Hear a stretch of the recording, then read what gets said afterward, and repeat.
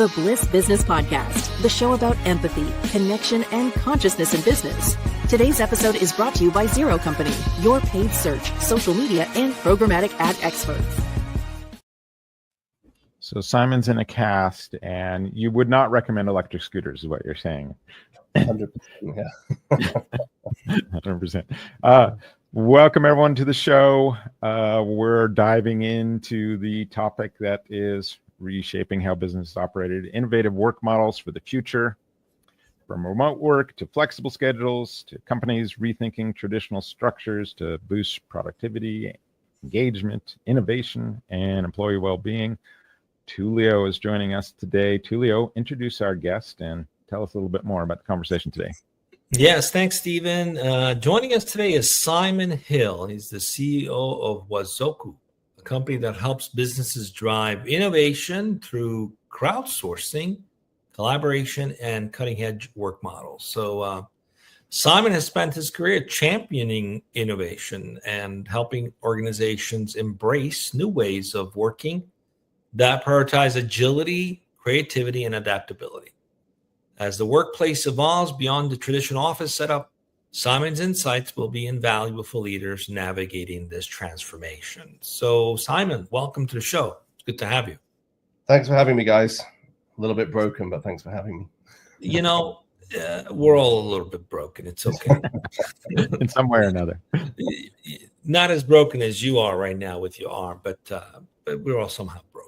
But anyway, to start, can you share a little bit how your journey led you to what you're doing today at Wazoku, you know, and why workplace innovation? Why is that such a major focus for you? What led you to get there?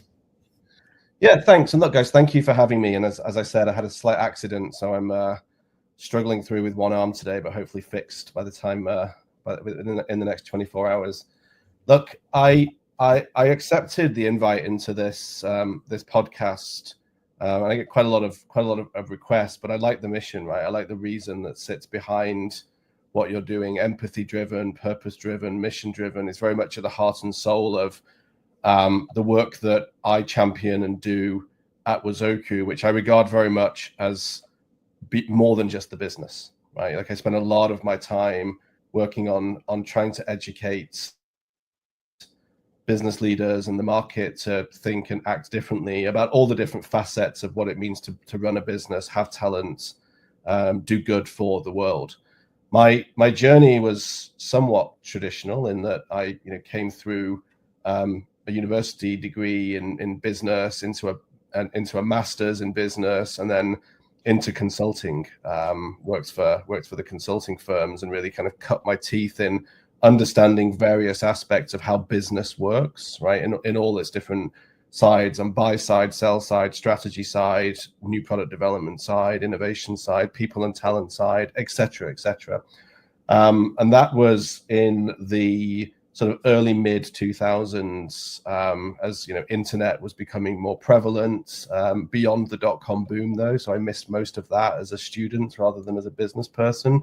But I've been through various cycles, boom and bust, and lots of business transition in all of that. Out of consulting, I found my way into SaaS, enterprise software predominantly, and have helped to found and build a number of different companies across the enterprise software space, but always driven by collaboration and different ways of working, predominantly trying to connect the inside of organizations better, but more so trying to connect the external world into organizations better as well. And really that's the journey into innovation, right? Like the challenges that organizations and the world faces need innovation and need us to get better at driving change, transformation, and thinking differently in the way that we tackle problems and in the way that we drive impact and value. And so for the last 13 years now, I've been building a whole new industry category. Innovation is as old as time probably, but as a business discipline, it's still fairly immature. And so there's a lot of work to do to really build that, not just as a capability, but actually as a management doctrine, a management philosophy at the heart and soul of how businesses work, how value is created, and how we best drive that value for the people that do it, right? And people sit right at the heart of all of it. So yeah, there's a lot to unpick in all of that, but that's ultimately people. Was there a particular moment or inspiration for you when you came thinking about Wazoku and the specific needs it filled? Yeah, so look, I reflect back on this quite a bit, and Wazoku has had a variety of different ways of operating over the last decade and a bit, but we've stayed very true to the core of what we believe, which is, and the word is a Swahili word, it means great idea, right? And at the heart and soul of what we're doing, trying to help change the world one idea at a time. And I think that in that simplicity of that message is the true heart and soul of what we're trying to do, right? Like lots of things seem very complex in the world, but actually if you can start to boil them down into their simplest form, many of the answers sit out there already. And so some of the early discoveries that we had as we started to build out this business, and even beforehand in my life as a consultant, were that if you could find the right way to ask the right question to the right person, the answer was really simple. But if you couldn't, then it wasn't, right? And so there's a huge amount of simplicity in all of that, and yet years and years and years go by, and there's consultants are paid a fortune to drive change and transformation and break down silos and think about things differently, but yet change doesn't really happen. And so I started to really look at the power of crowdsourcing, and we see that in various different forms. There are TV shows, and there are there's lots of ways of seeing that the crowd could outperform the individual.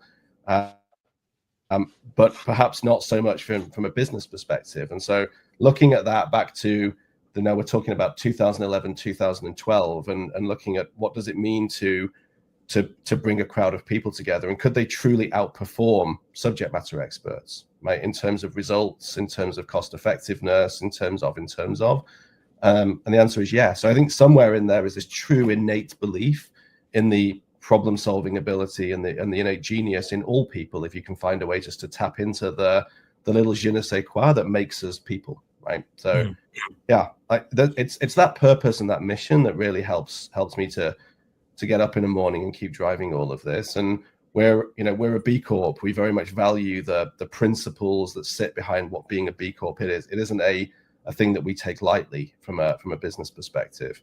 And again, at the heart and soul of all of that is this real belief in the power and creative problem-solving capability of large groups of people to solve and tackle any of the challenges the world faces.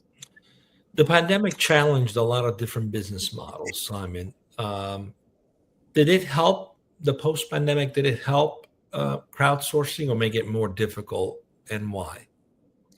So it helped, and it helps for a couple of reasons, although there's still a big transition to go.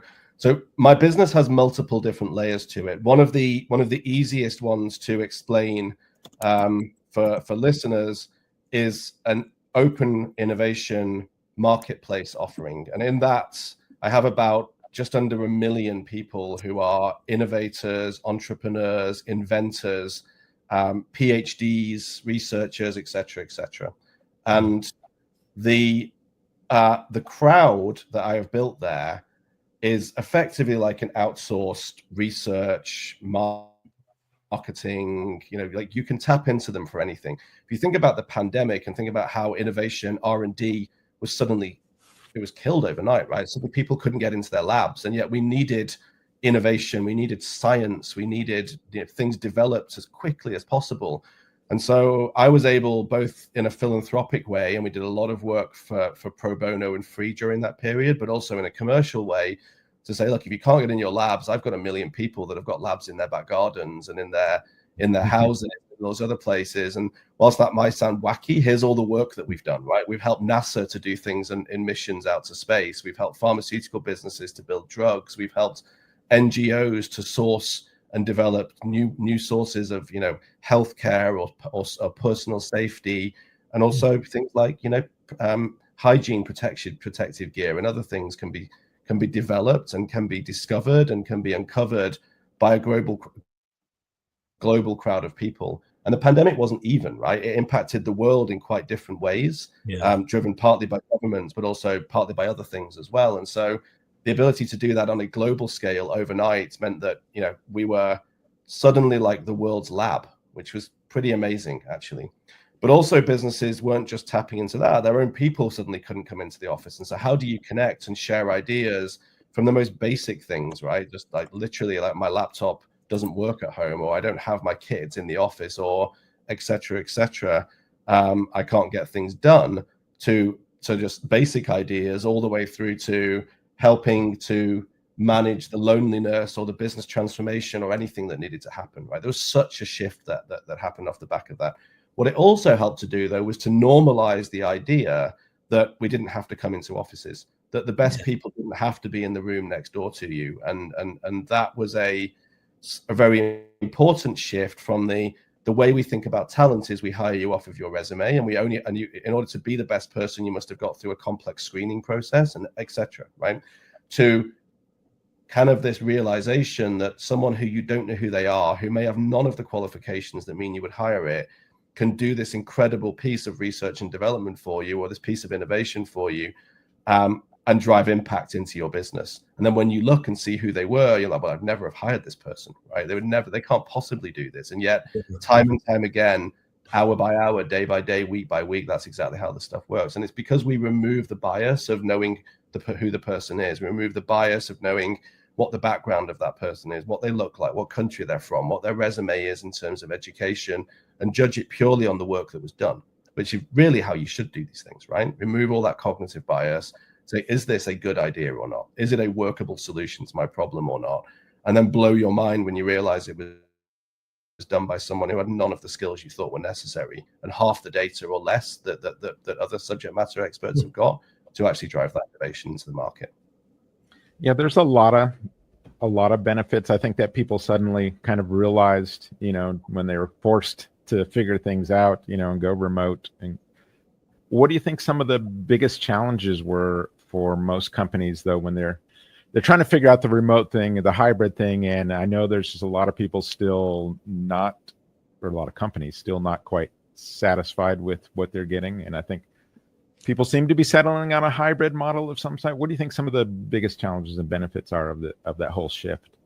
Yeah, look, so at the heart and soul of everything that I believe from a business perspective is that open, democratized, trust-based business practices drive better outcomes. And there's a bag of data and a bag of research to say that is true. It drives better engagement, better outcomes. And sure, it's nice to get people together. Sure, it would be nice if everyone had this very seamless lifestyle to say, look, you take this easy trip into work and it doesn't impact on anything else that you're doing. And you come and you spend 6, 7, 8 hours here doing this thing and you return. But life isn't like that. And we showcased that during the pandemic, that actually in the right structures, and look, it's not all of society, right? Many people don't have that kind of job where that's possible. And so like we're talking about a bifurcated workforce here in terms of where this can apply and where this can't apply. I think the biggest challenges really though are on skills of leadership and management, right? And I think that's generally one of the big challenges in business, full stop, is if you need to lead people and manage people by having them sat in front of you and around you, and that's the best way of you doing your job, then that's on you, not on the people, right? And I think that, and if you don't trust those people, it's on you, not on those people, generally, right? And so, and if you extrapolate that all the way out into my world where I have, you could argue that my company is 70, 80 employees, or you could argue I'm one of the world's biggest companies because I have a crowd of almost 1 million people that work for me all the time doing innovation and problem solving, but 99% of them don't really work for me. I have to trust that they'll turn up to work when I put a call out for them. I trust that the work that they will do will be theirs and will be quality. And I have processes to manage for all of that. But still, I have a very, very open and democratized view of how talent should work. And as a consequence, we have to put the right processes in, the right communication in, the right structures in to make sure that works for both sides of the marketplace and the client who needs the outcomes to be driven from them. But actually, there's huge parallels between that and our traditional, conventional understanding of what work is and how work should get done. So I think it's a leadership thing. I think it's a skills thing. I think lots of life is a leadership thing. Let's dig into that a little bit. It's interesting because I spent a good part of my career with the Big Four consulting, and we had remote work, hybrid work, and for a long time we didn't have a special name for it. Now the adoption of decentralized autonomous organization, self-managed organization, B Corps is normalizing some of this, which is great. But what tactics, any specific strategies you're finding that work better than others? You did mention a few things about visibility, the ability to collaborate, trust. How do you, or any secret sauce you want to share on how companies that maybe are on the fence about this, like, share some practical ways they could go in this direction, and how you've done it, perhaps. Yeah, so I think it is at the heart and soul of it. There's a big cultural piece to this, right? And so we have to start by thinking, what does culture mean in terms of the work that needs to get done, which is really the outputs that we're trying to drive from a business perspective, which folds back in my perspective, from my side, as I've said, into leadership, communication, strategy, and all the usual components of how businesses work. But if we sort of peel that back a little bit of a more specific layer, I think that we have traditionally looked at a job as this easily definable unit of work. I would argue that in the modern business world, that yes, those things may exist, and it is quite nice to go, look, I do this, like the business is built up in these building blocks, and I do block A, and someone else does block B, and someone else does block C, and we add them all together, and that produces a nice, highly inefficient, in my perspective, business that drives a number of things for us. And we've both worked in consultancy. We've gone through various organizational disciplines of the vertically integrated, the horizontally integrated, the siloed, the non-siloed, the matrix, or whichever way around it might be. And we played around with all these different shared models. Services models. I would argue the shared services models, this, that, the other. And the reality is we still haven't really found one that works, because there isn't one that works for every size of business. You have to find the thing that works for you. However, in a changing world of talent, where talent could be anywhere, where skills that are required are actually changing quite dramatically, particularly with the acceleration of things like, broadly speaking, AI. It's a bit of an anathema to the world, that I think, but all the broad skill sets that sit underneath all of that. You guys work, across the marketing spectrum. Think how much that has transformed and changed over the last decade or so. The skills that you need to hire in that could be performed by a role, but it could also be performed by many, many different people coming in and doing those roles from various corners of the earth that just have a different structure and a different way of working to them. And then if you flip that all the way out to, in that I'm talking about kind of pixelated work, right? Breaking it down into smaller units and passing that out to individuals to do work by the hour, work by the task, work by the project. And in sort of AI speak at the moment, that's sort of prompt engineering or LLM model training, but that also is true in a variety of the other non-AI related tasks and work units as well, right? But you play that all the way out into the business model so I do lots of that work, right? That pixelated work, that breaking it down into smaller component parts, but I also do it on a purely outcome basis. So what if you could tap into a global crowd of people like a consultancy who might have been consultants or researchers, and not pay for time, not pay for materials, just pay for outcomes, right? Would people turn up and do it? And the answer is yes. They turn up every single day and they work on interesting problems on the promise that if they are successful in solving it and the work unit that is delivered is deemed acceptable, that they will get paid.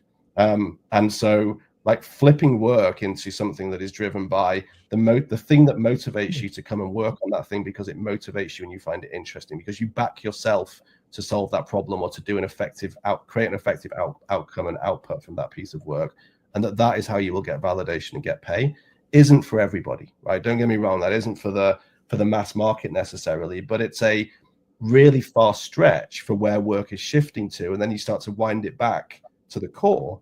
I think we need to start stripping our models back and thinking there are better ways in some circumstances of getting work done. And, do you have to hire the person around the corner, or could you go and find the best person in the world, wherever they're sat, whatever they're doing, and give them this task for an hour, for a month, for a week, whatever it might be? And, and maybe even only pay for outcomes, right? How mind-blowingly different is that versus the way that we think about business models today? Yeah, there's a lot of kind of win-wins there when you can be flexible, right? If I can be flexible a little bit with my business, and I'd be able to tap into someone else, across the world working asynchronously, on a project with everyone else, and I get really good talent that way. I mean, being flexible is really kind of a key there. Are there any trends or data or anything that shows like the importance of flexibility to higher engagement, or have you seen anything? I mean, look, there's a lot of data, right? And if anything you want to read for this from the Big Four, McKinsey pumps a lot of data out around this, but in general, it's fairly obvious, I think, that engaged, happy, flexible employees typically will go that extra mile, right? So there's 83% of people say this, 90% of people say what? The general heart and soul of all of this is if you can find a way to make work for people, they generally will go the extra mile for you, not take an inch, right? And not do the work. I think that's a general truism, creating that flexibility. And to be honest, I have an office. I personally, and I try and live and breathe this kind of flexible, adaptable way of working. I think it's important from a leadership perspective to not say one thing and then do the opposite. So I'm right now in London, as we said. I've got a surgery tomorrow for hurting myself, but typically based out of Sweden. The office is in London. Most of my team are not in London. They're in various corners of planet Earth working with the clients that we do. I have lots of people in the US and in Colombia, as well as across Europe. And they're all free to work from wherever they wish to work from. But if they want to come to home base at London, they know there's one there that feels a little bit like the family home, right? And I think creating that family ability, and anyone wants to come, they can get on a plane or get on a train and they can go there as I can, and anyone else can as well, right? But it affords that flexibility for people to do what they want to do and be where they want to be. But if they are in London, I'd like them in the office, right? And that because they're around the corner then, and I think it's good for them to do that, but only on the times that work for them. And so look, there's an element of just trying to be pragmatic and flexible and walk the talk that you give from a business perspective. But the other side of this is that we prove it in the way that we work, right? So it isn't just about the things that I do with my team. It's the exact same thing. Like I talk about Wazoku being a living, breathing lab to show the customers that we're not just out there, we're not selling snake oil to people. Like we do it ourselves, we use it ourselves, and also we then take it to customers and give it to a capability that they can tap into to be able to accelerate their own open models, their own open ways of accelerating outcomes and impact. And the best way of thinking about that is anyone could come to me tomorrow and say, I've got a challenge. I'm trying to figure out how to create this new product, right? Whatever it might be. We're trying to get land rockets on Mars, but we can't solve this little bit around engine thrusters or around something else, right? Solar heat flares or something else. But it doesn't have to be that complicated, right? I'm very confident within 30 days I could bring a solution back to that. And in most cases, the opposite way of doing that, you're talking about years of research and development.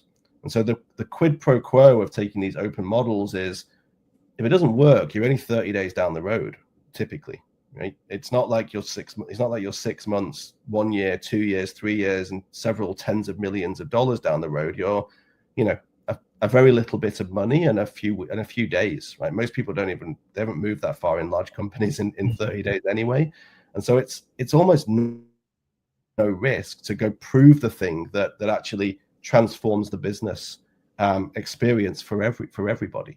And I think that's the piece of like this feels like a big new scary world out there of going, well, I don't hire people, I just push this problem out to the world. I trust my talent to work in a very different way. I'm like, there's very little downside, if any, and there's pure upside. Yeah, and one thing I like about sort of the model of having that crowdsource is that you're going to get people who are passionate about something, right? They're not going to necessarily choose something that they're just like, oh, I got to do this, but they're going to be really passionate about that. And I imagine that just comes to play most of the time when you go out and you work with a crowdsource. Totally. Kind of, yeah. Totally. Yeah. I had lunch today with one of our solvers who is a intensive care doctor in one of the hospitals in London. I'd never met the guy before, but he's like so passionate about the stuff that we do. It's his hobby. He loves his job, but he's like, it's very stressful, right? Every single day isn't stressful. I'm in intensive care. He could have seen me a few last week, but he's like, this is my hobby, and it's my hobby because it lets me exercise my brain in all these other ways and also decompress from work.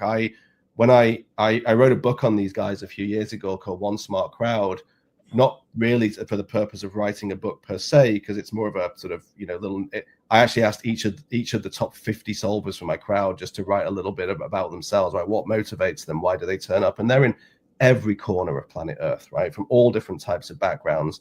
But yeah, unilaterally, it was, no matter what I do for work, this is my way of exercising my brain, or doing the thing I wish my work was, but I can't do it because it doesn't exist in this part of the world, where my family are, or whatever it might be. And so there's a huge amount of that purpose and mission and value that we afford to this. But it's not like, I create the opportunities.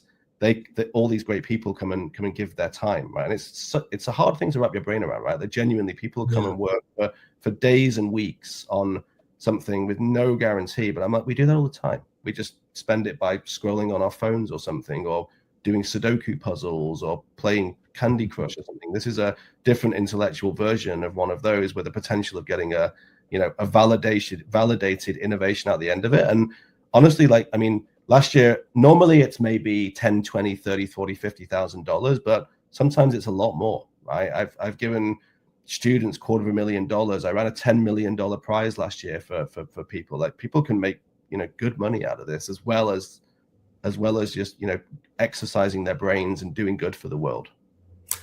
Simon, one of the things I've noticed in enabling organization in this direction, three things that I've seen emerge, and I'm curious to get your feedback if you've seen it and how you go about solving it.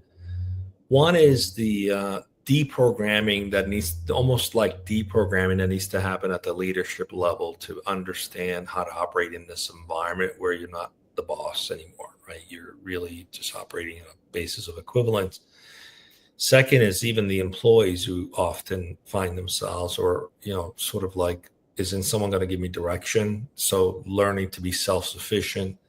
And finally, there's this sort of like, we're not connecting as much as we used to. So how, because we're distributed, we're remote. So there's a little bit of that culture of being together and doing things together that suffers sometimes.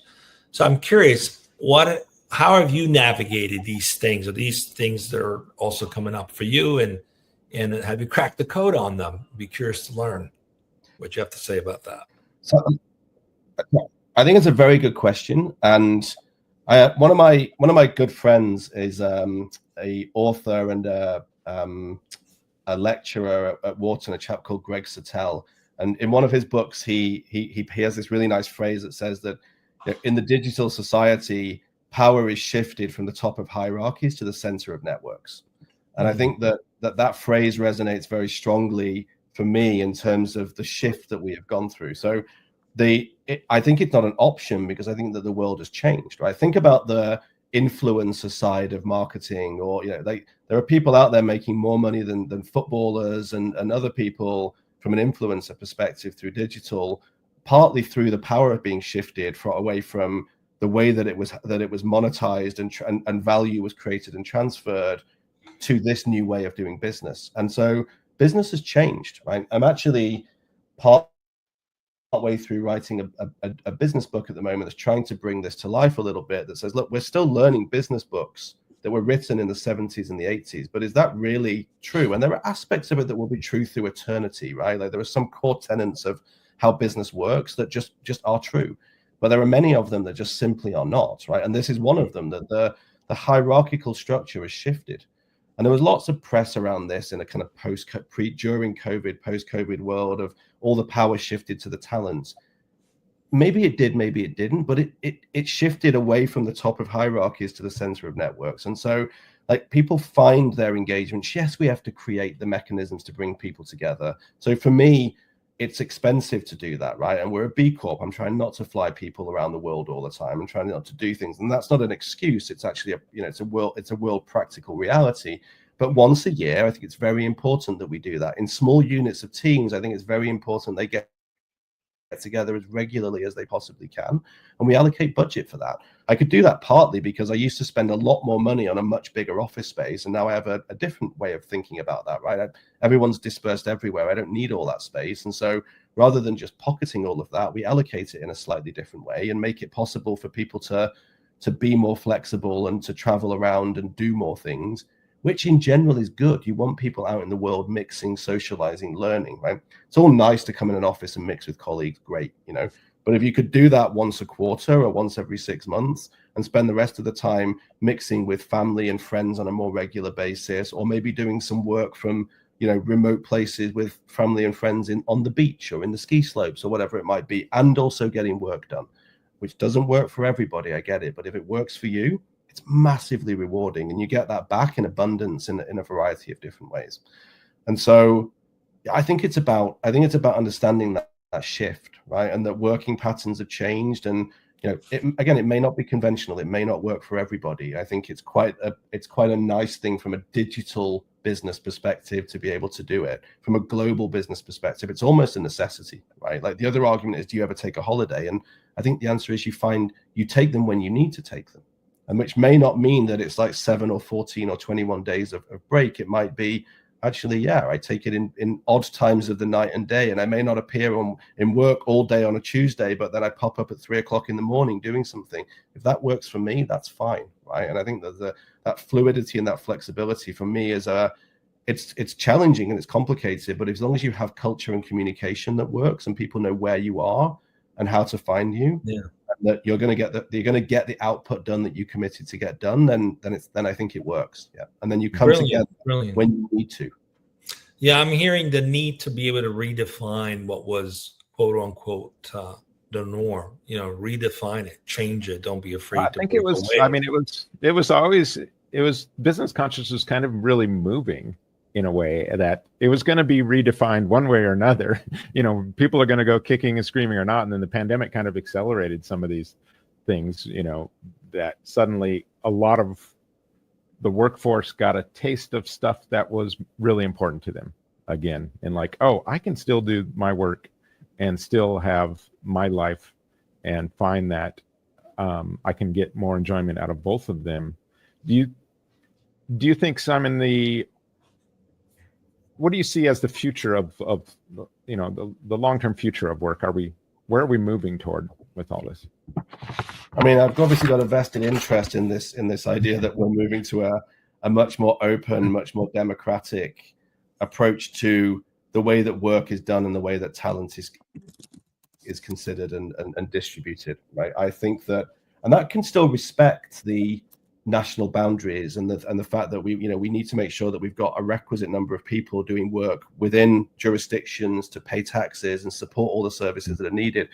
But actually that's also heavily imbalanced as well, right? We suck people into big cities, we suck them into expensive jurisdictions. No one really saves any money. The money gets moved around in weird, strange ways. And so I think that there is a large shift that needs to happen that tries to normalize and equalize where work is getting done from in various parts of a country, right? That doesn't pull you into the expensive conurbations just of, a San Francisco or a London or whatever it might be, because it's not necessary, right? And that we've got to make sure that it's easy to get in and out of wherever the client is or wherever the problem is that needs to shift. So, I think the future of work is open, flexible, and is pixelated, right? And by that, I mean, it's broken down into much more agile sprints that could be done by multiple groups of people. It's happening right in the jagged edges of tech right now, but it'll come more and more back, I think, into the mainstream. But it requires a whole different way of thinking about talent, tracking the work that's being done, and of leading for outcomes rather than leading because managing people, right? And I would add one thing to that I also think that corresponds with what you're doing, though, is that the future of work also, there's going to be a lot more importance on meaning and purpose, I think, from people. You see that with the younger workforce coming in, that this is becoming more and more something that the workforce is pursuing, is that trying to find that meaning and that purpose in what they do. And what you guys, I mean, like I said earlier, the great thing about how I see your model is that, like you mentioned, that person that says, this is like my hobby, this is like my passion, right? And you're getting these people that are able to find that passion and they're willing to put in extra hours after their other job because this is what they're passionate about. So I think people are going to find eventually that I just want to work on what I can be passionate about all the time. And businesses are going to align those personal, purposes with a business purpose. And you're going to get together and you're going to find that really you have a much more engaged, soulful kind of company in the future.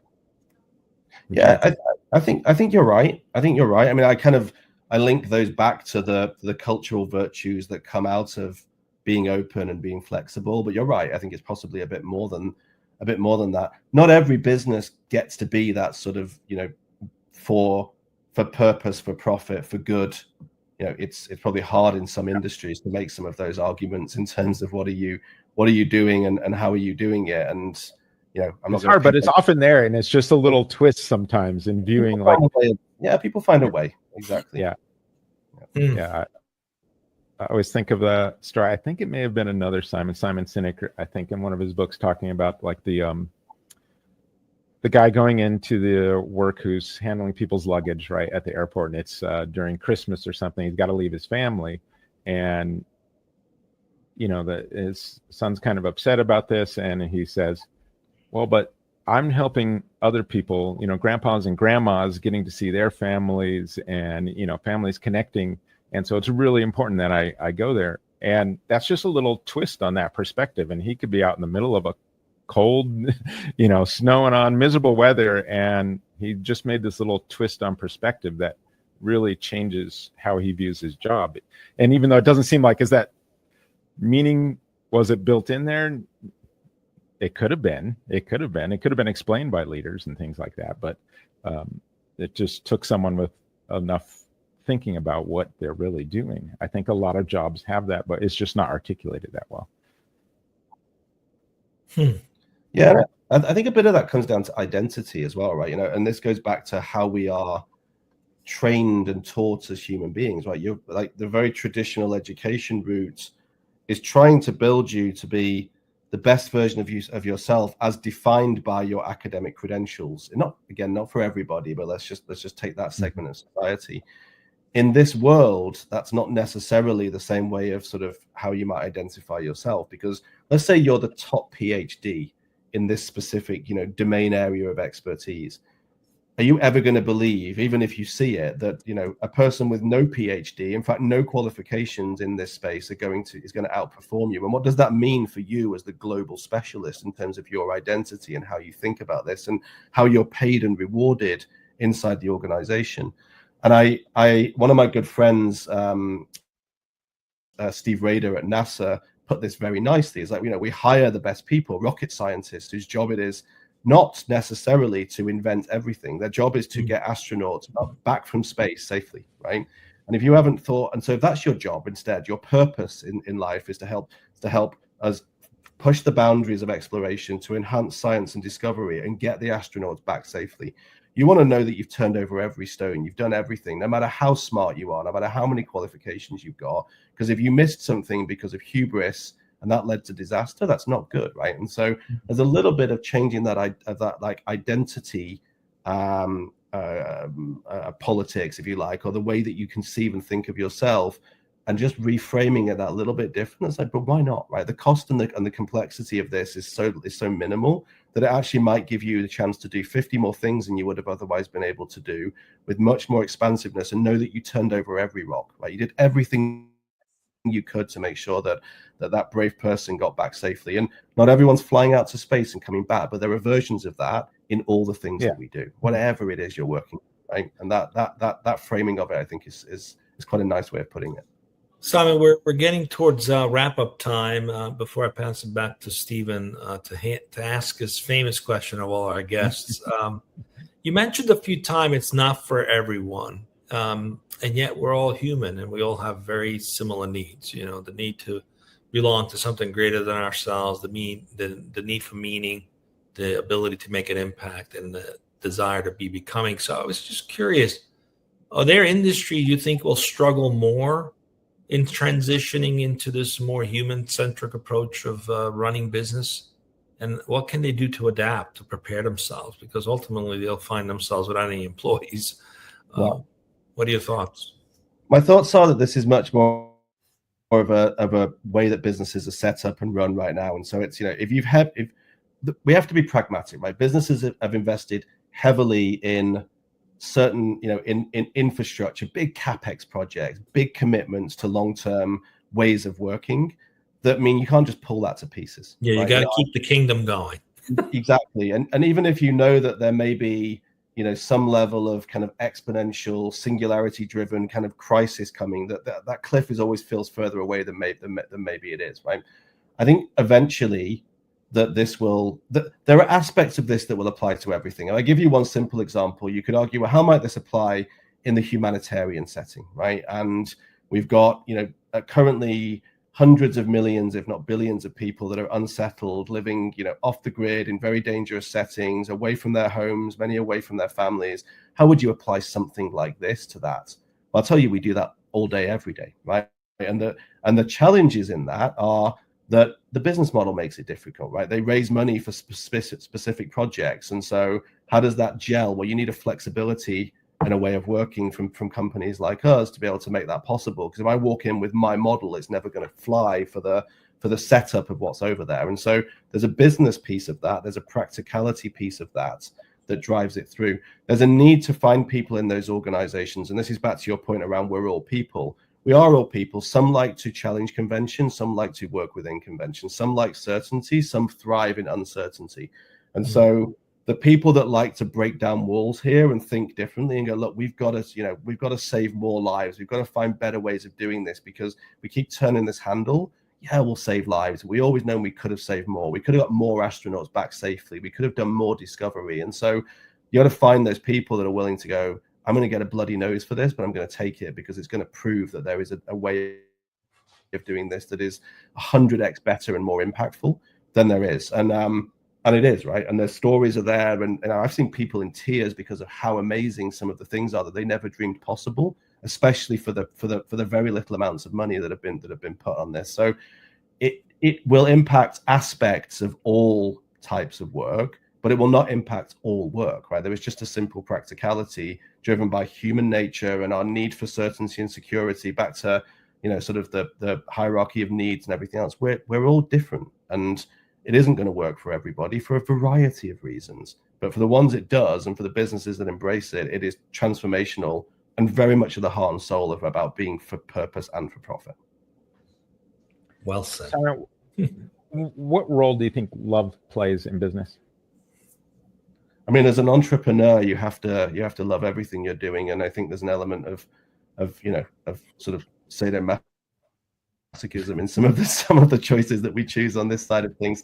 But I think it is an endeavor of love, right? And I look at this from my business perspective. I could have chosen to deploy the hours that I've done in a variety of different things, right? And you make sacrifices. You sacrifice family time. You sacrifice all kinds of things. If it weren't for me getting on a plane last week and flying to London, I would never have had the accident that I had. But I don't regret the decision because there's a whole bunch of reasons that this is a labor of love that we're working on. So it has to come from the heart, but it also has to come from a conscious mind, right? And I think that you've got to play those two things off between each other. I can't just blindly keep banging the drum on all of this. I have to stop and think and say, okay, how do I make sure that the passion, the commitment, and the knowledge of what's right versus the way that things are doesn't let you get blindly led down the wrong alleyway, or just keep pushing on a door that's never going to open in the right way. We're changing traditional, conventional ways of thinking about how business is done, about how roles are defined, and what it means to be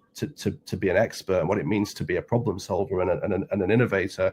At the heart of it, we're saying everybody can do that, right? If you love a problem enough, you will stop, and I can prove it. You will do it for nothing, and I can prove it, and you will drive results better than the PhD person expert in this space, and I can prove it.